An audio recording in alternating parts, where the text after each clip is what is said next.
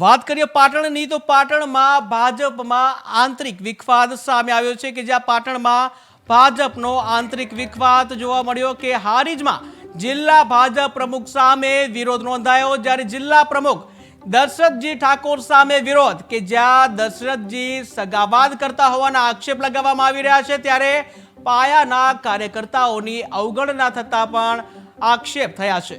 તો પાટણથી સમાચાર છે કે જ્યાં ભાજપમાં આંતરિક વિખવાદ જોવા મળી રહ્યો છે। ઉલ્લેખનીય છે કે લોકસભાની ચૂંટણી જેમ જેમ નજીક આવી રહી છે તેમ તેમ રાજકીય ગરમાવો જે છે વધતો રહ્યો છે ત્યારે પાટણમાં ભાજપમાં આંતરિક વિખવાદ જોવા મળી રહ્યો છે જ્યાં હારીજમાં જિલ્લા ભાજપ પ્રમુખ સામે વિરોધ જોવા મળ્યો છે ત્યારે જિલ્લા ભાજપ પ્રમુખ દશરથજી ઠાકોર સામે વિરોધ કે જ્યાં દશરથજી સગાવાદ કરતા હોવાનો આક્ષેપ કે જ્યાં પાયાના કાર્યકર્તાઓની અવગણના થતા હોવાના પણ આક્ષેપ કરવામાં આવ્યા છે ત્યારે હાલ લોકસભાની ચૂંટણી નજીક આવી રહી છે ત્યારે પાટણમાં ભાજપમાં આંતરિક વિખવાદ જોવા મળ્યો। પાટણ લોકસભા મત વિસ્તારનો શ્રી ભરતસિંહ ડાભીજીનો પ્રવાસ હતો જેમાં હારીજ તાલુકામાં આજે 5 કલાકે બેઠક યોજાઈ। એ બેઠકમાં અગાઉ અમે અમારા તાલુકા ભાજપના પ્રમુખ રાજુભાઈને રજૂઆત કરી, બંને મહામંત્રીઓને રજૂઆત કરી કે દશરથજી ઠાકોર દ્વારા જે સંજય ઠાકોરને હોમગાર્ડ કમાન્ડોની નિમણૂક આપેલ છે એમનો આખો પરિવાર કોંગ્રેસ સાથે સંકળાયેલો છે। એ વર્ષોથી આજ દિન સુધી ભાજપમાં કોઈ દિવસ વોટ કર્યું નથી, આજે પણ એમનો પરિવાર કોંગ્રેસમાં જ વોટ કરે છે।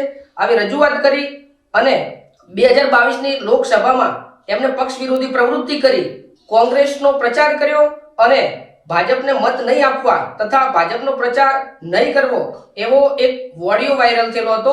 એ પણ અમે એમને સંભળાવ્યો અને એમને અમારી કોઈ વાત ના સાંભળી। એમને એવું જ કહ્યું કે આ નિમણૂક અમે કરેલી જ નથી। તો અમે પૂછ્યું કે આ નિમણૂક કોણે કરી કે દશરથજી ઠાકોરે। એટલે અમારે ના છૂટકે આજે આ બેઠકમાં અમારી રજૂઆત કરવી પડી અને આ દશરથજી ઠાકોર દ્વારા વારંવાર પોતાના માનીતા ચહીતા અને કોંગ્રેસમાંથી આયાત કરી એવા લોકોને મહત્વનું સ્થાન આપે છે। આ અયોગ્ય છે। એટલા માટે અમે આજે જે પાયાના કાર્યકરો છે, જનસંઘ વખતથી જે કામે લાગેલા છે એવા લોકો સાથે મળી અને દશરથજીને આ રજૂઆત કરવા માટે અહીંયા ભેગા થયા હતા અને એટલા માટે આજે અમારે આ બેઠકમાં જ એમની રજૂઆત કરવી પડી જેથી અન્ય લોકો પણ સાંભળે, કારણ કે અમારી વાત દશરથજી ઠાકોર કે પાર્ટી સાંભળવા તૈયાર જ નથી। એટલા માટે અમારે આ બેઠકમાં રજૂઆત કરવી પડી।